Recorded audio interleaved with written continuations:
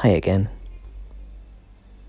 Here's a sped up walkthrough of the entire drawing of this picture that I entered into Amigathon 2020.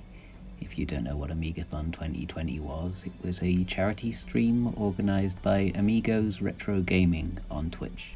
They had a little DPaint art contest with some lovely entries.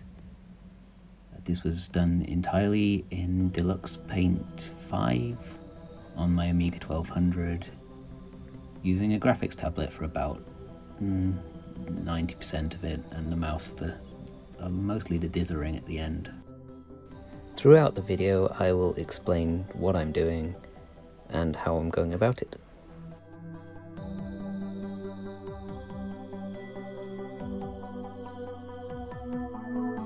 Now usually when I start a picture I only have a vague idea of what I want to do.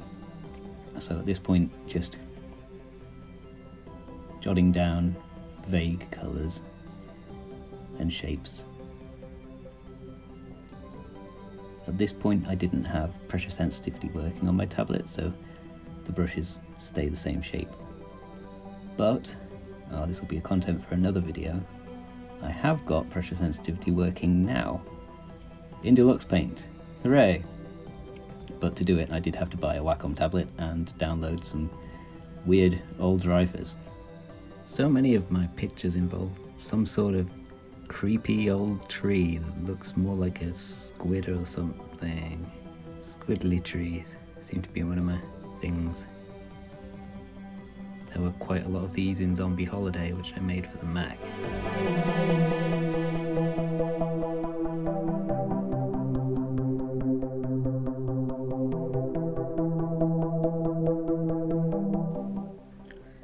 One thing you'll notice is I save absolutely tons and tons of variations. I run through the entire alphabet almost by the time I finish the picture. This is because Deluxe Paint doesn't have any more than a single level of undo. You can't go back. So really the only way to go back is by saving tons and tons and tons of different versions. There is another trick you can do, and I do use it at some points, where you load one version into the spare, which is just like another screen, and then you can toggle between the two and copy things from one to the other. Now this thing I'm doing in the corner here,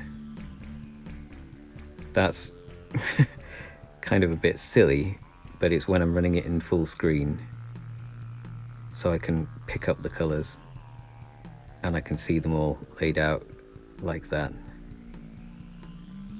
It becomes way less necessary once I'd remembered how everything in Deluxe Paint works.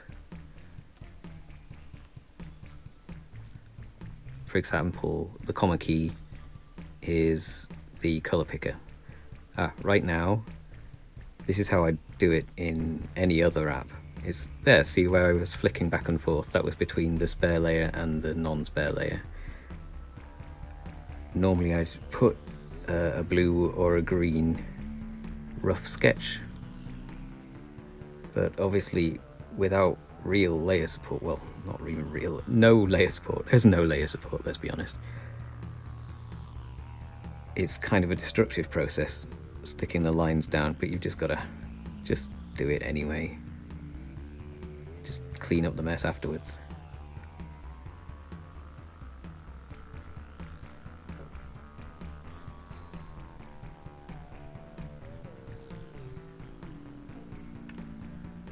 A bowling ball top.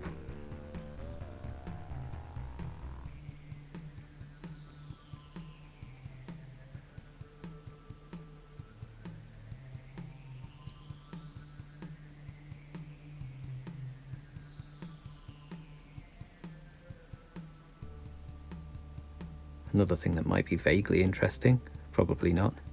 This palette is obviously extra half bright. If you don't know what that is, it means the first 32 colours are the ones that you edit, and then the Amiga just makes the second 32 colours. Yep.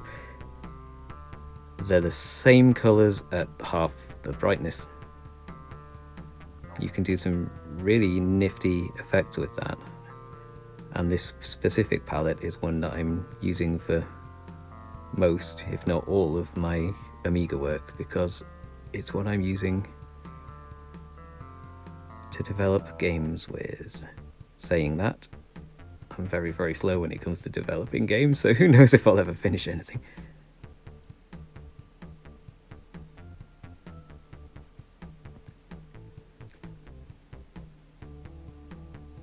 This is after basically tinkering for months, trying to get a palette which does exactly what I need it to do.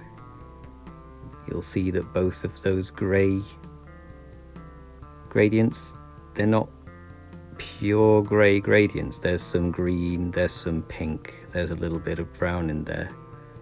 It's so I can use them in parts of the other scales, but also use them dithered to make a whole bunch of other colours.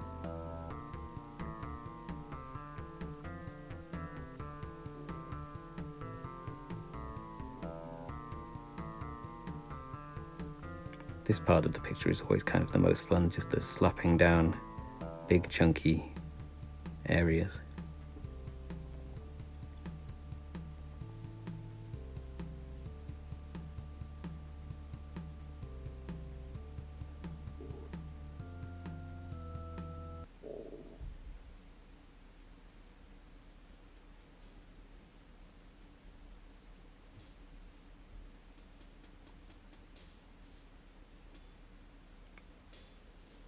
That's a good example. That's the second to most bright flesh colour in the palette. It also functions as the mid-tone between the orange and the lighter greys.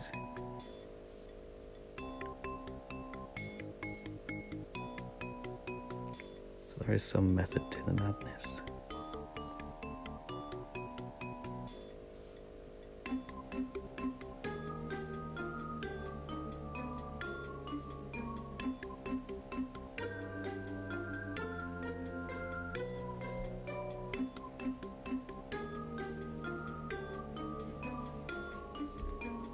Someone in the competition thread mentioned the Agony intro screen.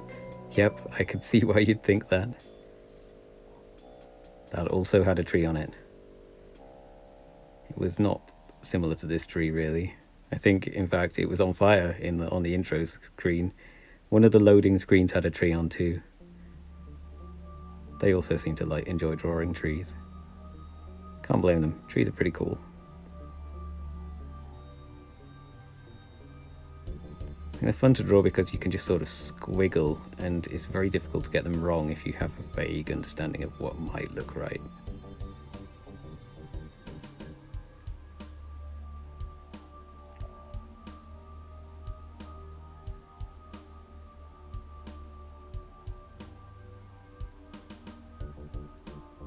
I think the Megathon this year made something like $5,500. That's really impressive. That's really good work.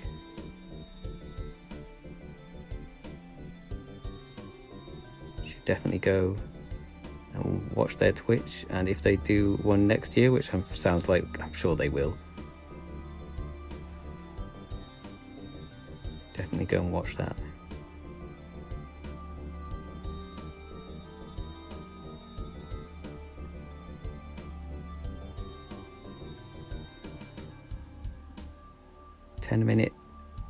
Let's see if I can remember it. 10-minute Amiga Retrocast is also doing an art competition with oh yeah, that's the part. I always do that. That's why I like leaving full screen on. I completely forgot there's a whole extra inch of screen over there. What was I saying? Oh yeah, 10-minute Amiga Retrocast and Pixel Vixen, Vicky, are also doing an art competition in, I think, October, which I hope to enter something for. That's a hell of a long time. The fact that's so long in the future that I'm actually That's almost worse than remembering that it exists 4 days beforehand like I did with this one. Because now, yeah, months of thinking about it. This is the point where I was just like, this should be a graveyard. Before this point, I had no plans for it being a graveyard, but I was just, it's going to be really boring if it's just grass. So it's not grass. Well, it is grass, but it's a graveyard.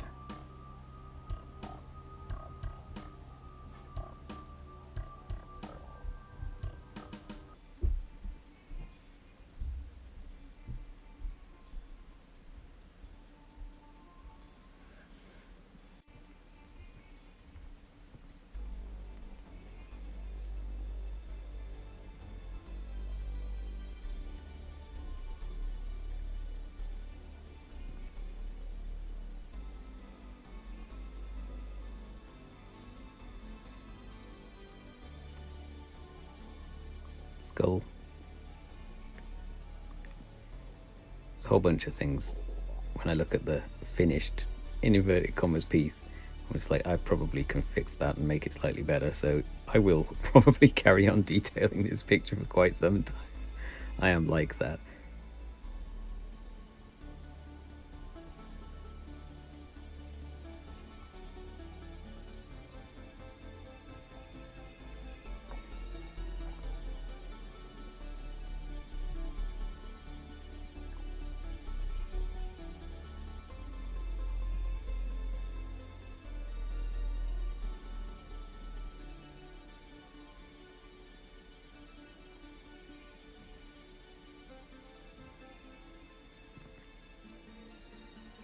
Another thing I like about having a palette, I do like, it happened with quite a lot of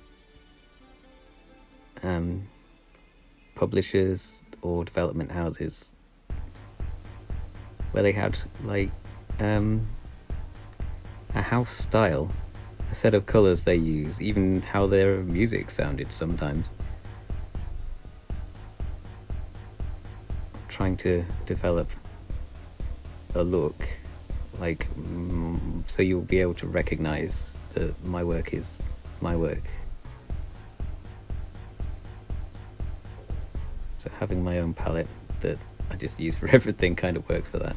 And I think I've covered the colours I need, but no doubt I will probably change my mind. But I have done quite a lot of games graphics in this palette now, for the visual novel I'm working on.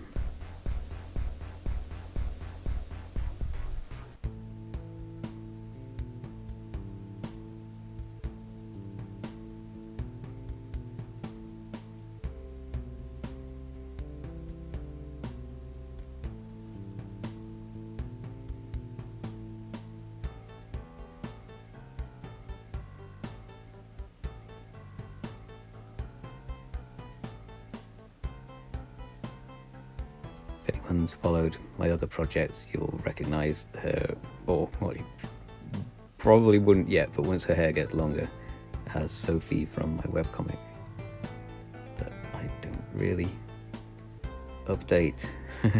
But I'm not going to start talking too much about that, but you can actually buy a print version of it now if you so desired. Well, part of it.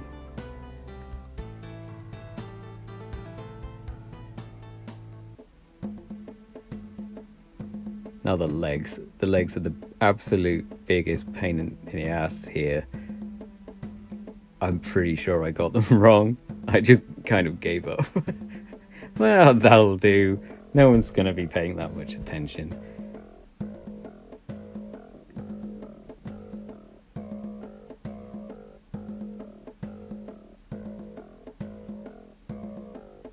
I think that they'll suffice.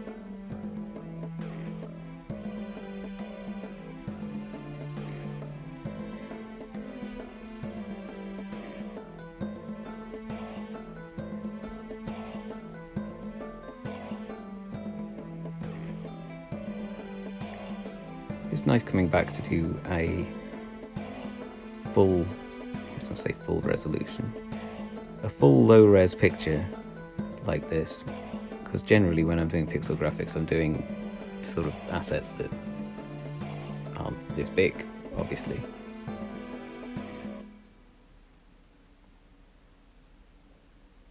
It's a nice thing to work on because every pixel makes way more difference than it does, obviously, when you're not doing pixel graphics. You can make these really subtle little changes and drastically change something.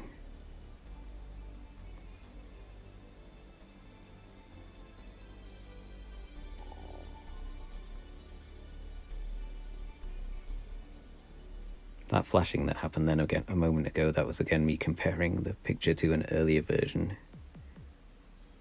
Just hammering J to switch between the two screens. It actually has some really good keyboard shortcuts. I don't remember any of them from when I used to use it back in the 90s. I don't think I necessarily even learned them back in the 90s, which is a bit crazy. But now you could just hover your left hand over the keyboard. I suppose it wouldn't have been so important when I was using a mouse, but with a graphics tablet you need to be able to do everything quickly. Otherwise, what's the point?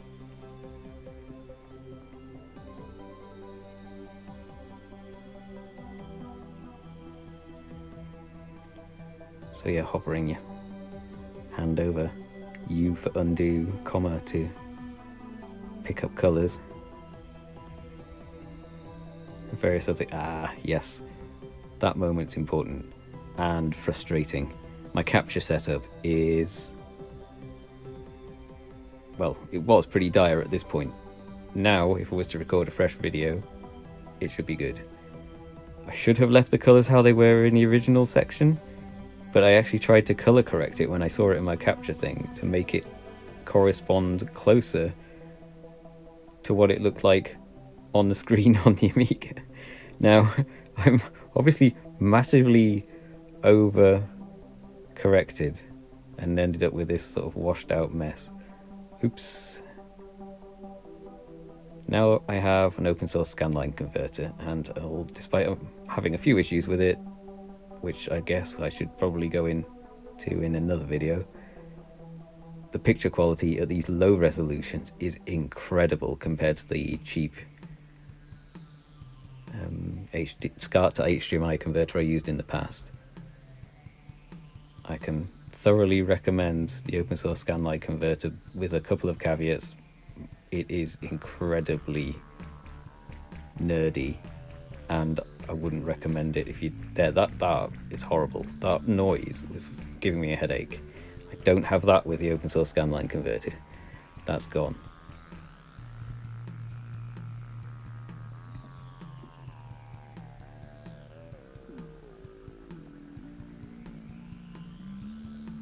This is that little, oh dear, in the top right there, that was my earliest experimentation with dithering on the sky. I was like, yes, that will look better if I dither all the clouds. At first I thought I could get by without it, but it looks like what happens when you get a photo and you try and display it on an Amiga without dithering at the moment. To get the gradients smoother, I needed those clouds dithered. So that's what I spent the next few hours doing.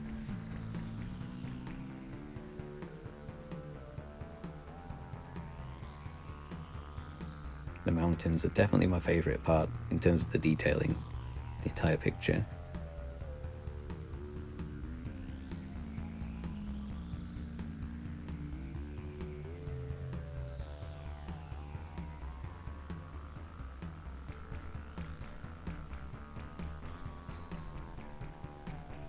If you've managed to hang on watching this long, thanks. I'm going to be posting not always Amiga related stuff and not always art related stuff either, but it is going to be a bit of a thing because, well, it's a lot of fun. This particularly, doing my sort of Bob Ross impression over the top of something that I drew in the past. Christ, if I had to talk while I was doing this, I couldn't do it. Also, it would be an incredibly long video. It would be over 6 hours. So, no. Talking over the old one is fine though.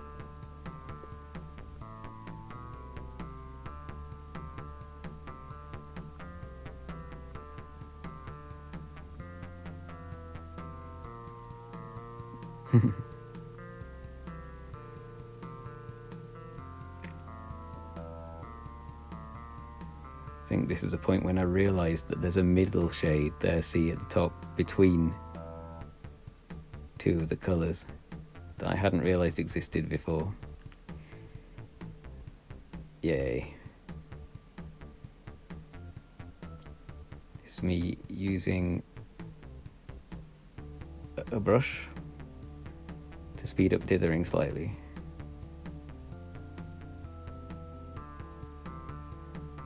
This is the part where it actually slows you down using a graphics tablet, because graphics tablets kind of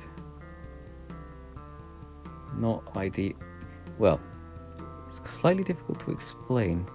With the mouse, you know it's not going to move even slightly when you leave it in an idle position. With a tablet, it can kind of wobble slightly. It's better for sort of natural line work and painterly stuff with the tablet.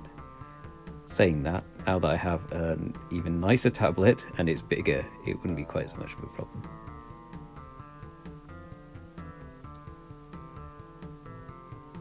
I wonder what I'm thinking about here. Oh.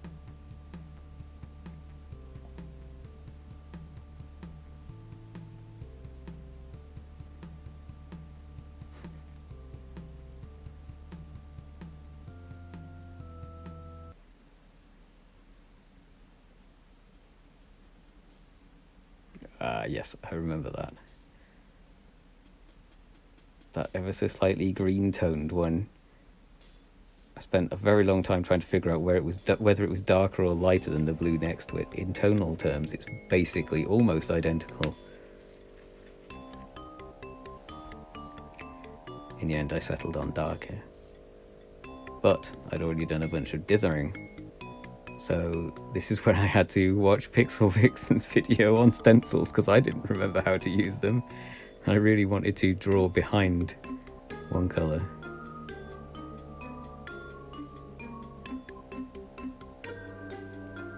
So thanks for that.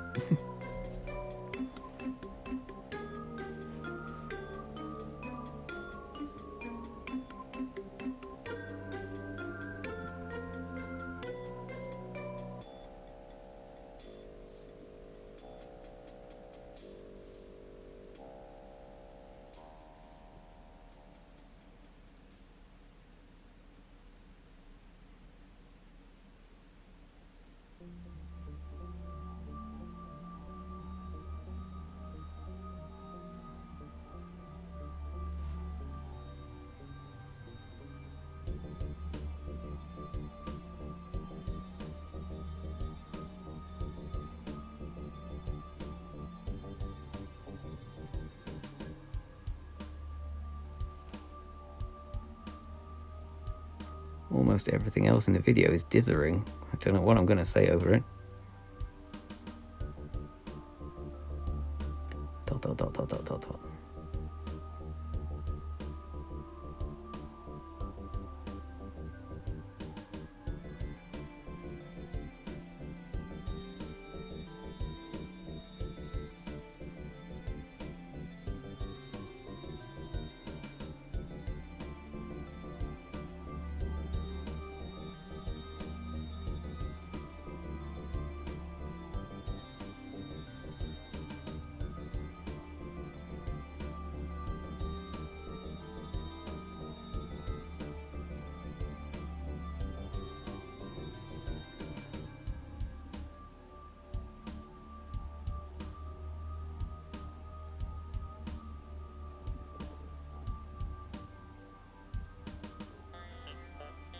Hope you're doing well.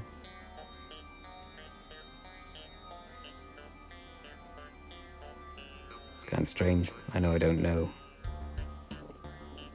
anyone. I assume everyone's lives are just as weirded out by COVID-19 situation.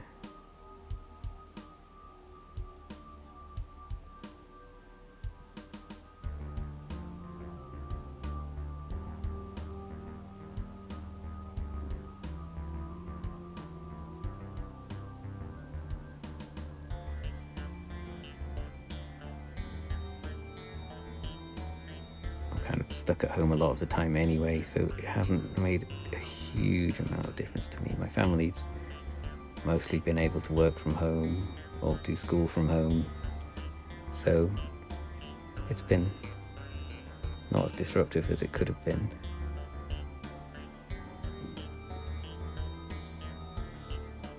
I'm personally on immunosuppressants, so it wouldn't be ideal if I was to catch it.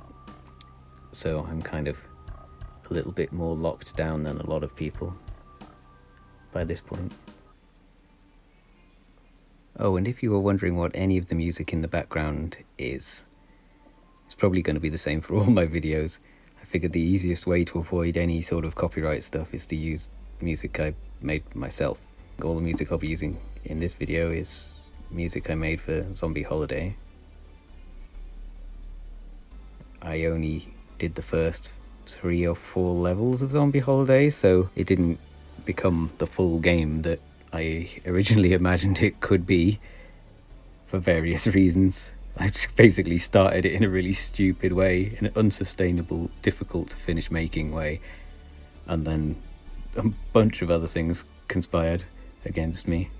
It wasn't to be, not in that form anyway.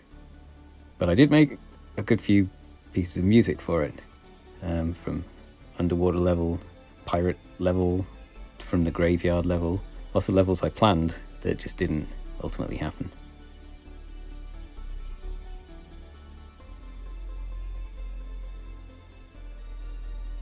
Now here's where I'm saving the final-ish version to load into DPaint so that I can save it out as a PNG.